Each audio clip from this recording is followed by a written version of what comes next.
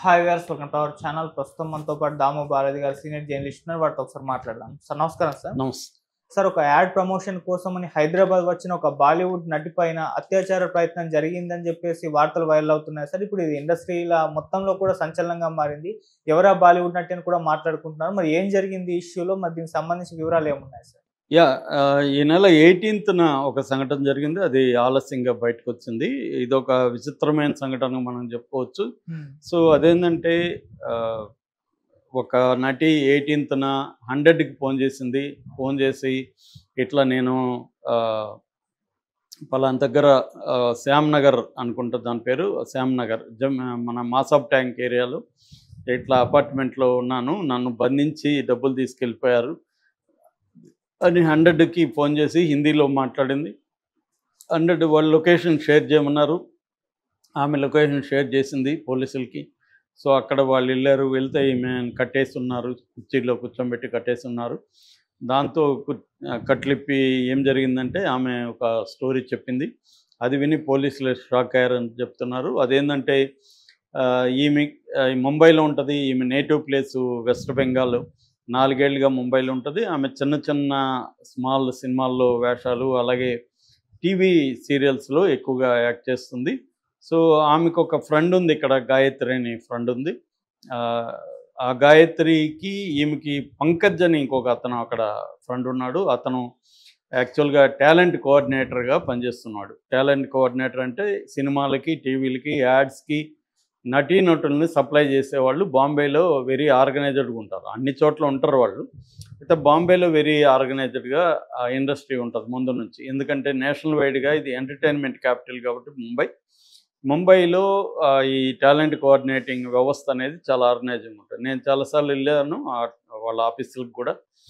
ఒకటైతే 3 floors building కూడా ఉండడం చూశాను. వెరీ ఆర్గనైజర్గా, దాదాపు వాళ్ళ దగ్గర కొన్ని వేల మంది, నేను వెళ్ళిన బిల్డింగ్లో అయితే 10,000 మందిని వాళ్ళు పెట్టుకున్నారు. ఫొటోస్ అవంతా వెరీ ఆర్గనైజ్డ్గా ఉంది. సో, మనకి ఎవరు ఏ కైండ్ ఆఫ్ కావాలి ఏంటని చెప్తే మన రిక్వైర్మెంట్స్ని బట్టి వాళ్ళు కొన్ని చూపిస్తారు. చూపించిన వాళ్ళలో మనకి ఎవరైనా నచ్చితే వాళ్ళు అక్కడికే వాళ్ళనే పిలిపించేసి వాళ్ళ ఆఫీస్లోనే ఆడిషన్ కూడా మనం చేయొచ్చు. మనం ఒక సీన్ చెప్పో లేకపోతే వాళ్ళ కాస్ట్యూమ్స్ వేసి ఇవన్నీ కూడా చూసుకోవచ్చు. అక్కడే అన్నీ చేసిస్తారన్నమాట. దానికి వాళ్ళు ఫీజు తీసుకుంటారు. అట్లాగే మనం ఆ నటిని కానీ నటుని కానీ బుక్ చేసుకుంటే అందులో 20-30% వాళ్ళు తీసుకుంటారు. సో, ఇది బేసిక్గా ఇదనమాట. ఎందుకంటే ఎక్కువ మంది అనేక ప్రాంతాల నుంచి ముంబైకి వెళ్ళిపోతారు. ఎవరో ఫ్రెండ్ ఆఫ్ ద ఫ్రెండ్ అలాగా వెళ్ళిపోయి అక్కడ షేరింగ్లో ఉంటూ ఇవి ట్రై చేసుకుంటుంటారు. వీళ్ళకి నమోదు చేస్తే ఏదో ఒక దాంట్లో వీళ్ళకి ఇరికిచ్చగలరు అనమాట వాళ్ళు. సో, ఇది ఒక రకమైన అనుసంధాన వ్యవస్థ. అంటే కావాలనుకున్న ఆర్టిస్టులు కావాలనుకున్న వాళ్ళకి సినిమా, లేకపోతే వెబ్ సిరీస్, టీవీ సిరీస్ తీసే వాళ్ళకి మనం కావాలనుకున్న వాళ్ళు దొరకడానికి అది బాగా పనిచేస్తుంది. ఎప్పటి నుంచో సౌత్ ఇండస్ట్రీ ముంబై నుంచే హీరోయిన్లు తీసుకొస్తారు కాబట్టి టాలెంట్ కోఆర్డినేటర్ల వ్యవస్థ ఉంటుంది.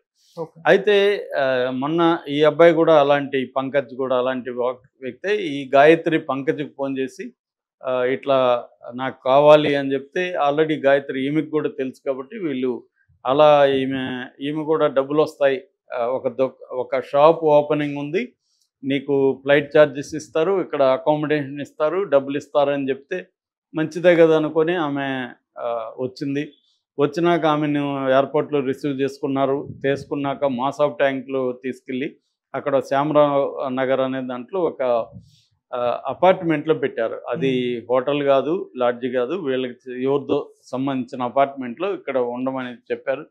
సరే, ఆమె బాగానే ఉందిలే అనుకునింది. ఆమెతో పాటు ఇంకొక 2 మహిళలను కూడా వాళ్ళు ఉంచారు. దాని తర్వాత ఈ గాయత్రి ఫోన్ చేసింది. ఈమెకి ఫోన్ చేసి ఇట్లా 3 కుర్రాళ్ళు వస్తారు, వాళ్ళకి నువ్వు కోఆపరేట్ చేయి, డబ్బులు ఇస్తారని చెప్పింది. అదే నేను చేయను, అలాగా నాకు ఇంట్రెస్ట్ లేదని ఆమె చెప్పింది.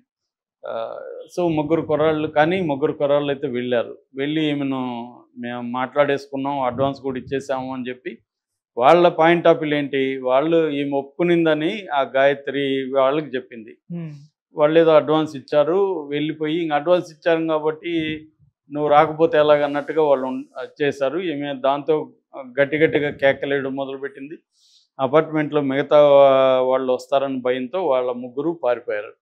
అయితే ఇక్కడ ఒక ట్విస్ట్ చేసుకుంది, చోటు చేసుకుంది. ఆ ట్విస్ట్ ఏంటంటే ఈ గదిలో ఉన్న ఇద్దరు ఉన్నారు కదా, వాళ్ళు ఈ అమ్మాయిని బంధించి వాళ్ళు ఈ అమ్మాయి దగ్గర ఉన్న క్యాషు తర్వాత నగలు ఈ రెండు తీసుకొని 50,000 విలువైన నగలు అవి తీసుకొని వాళ్ళు పారిపోయారు.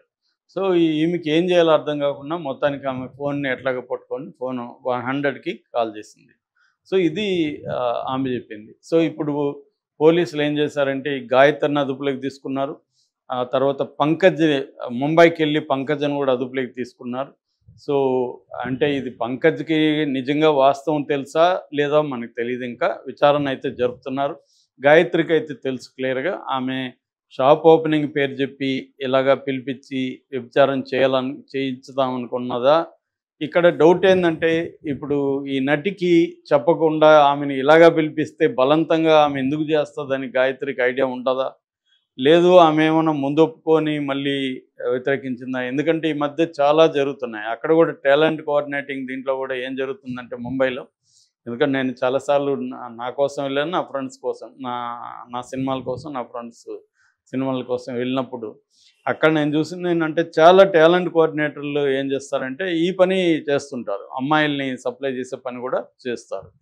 సో అమ్మాయిలకు కూడా ఏమవుతుందంటే ఇక్కడ నుంచి ముంబై వెళ్ళిపోతారు కానీ వాళ్ళకి ఒక లైఫ్ స్టైల్ మెయింటైన్ చేయాలి, వాళ్ళు అందంగా ఉండాలి, మంచి బట్టలు వేసుకోవాలి, వాళ్ళకి బ్యూటీ పార్లర్కి వెళ్ళాలి, ఇవన్నీ మెయింటైన్ చేయడానికి డబ్బులు సరిపోదు. బాంబేలో ఏంటంటే very very costly apartments, sharing అయినా కూడా వెరీ కాస్ట్లీ వాళ్ళకి.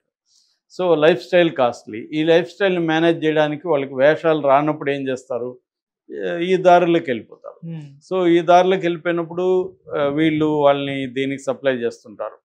సో అది ఒక యాంగిల్. రెండో యాంగిల్ చాలామంది ఏం చేస్తారంటే అమ్మాయిలు దీంట్లో అయితే ఎక్కువ డబ్బులు వస్తాయి కాబట్టి వాళ్ళు నెలలోనో సంవత్సరంలో సంపాదించేది ఇక్కడ ఒక నెలలో సంపాదించేది 1 డేలో సంపాదించుకోవచ్చు. ఇక్కడైతే ఇప్పుడు కొత్తగా వాళ్ళకి వేషాలు ఇచ్చినా పెద్ద డబ్బులు ఇవ్వరు, టీవీ సీరియల్లో వాటికి ఎక్కువ ఇవ్వరు, ఆ ఇచ్చిన దాంట్లో టాలెంట్ కోఆర్డినేటర్ పోతుంది. దానికంటే ఇది బెస్ట్ కదా అని దీంట్లో దిగడం. రెండోది వీళ్ళకి టీవీ సీరియల్లోనూ చిన్న చిన్న సినిమాల్లో వేషాలు వస్తే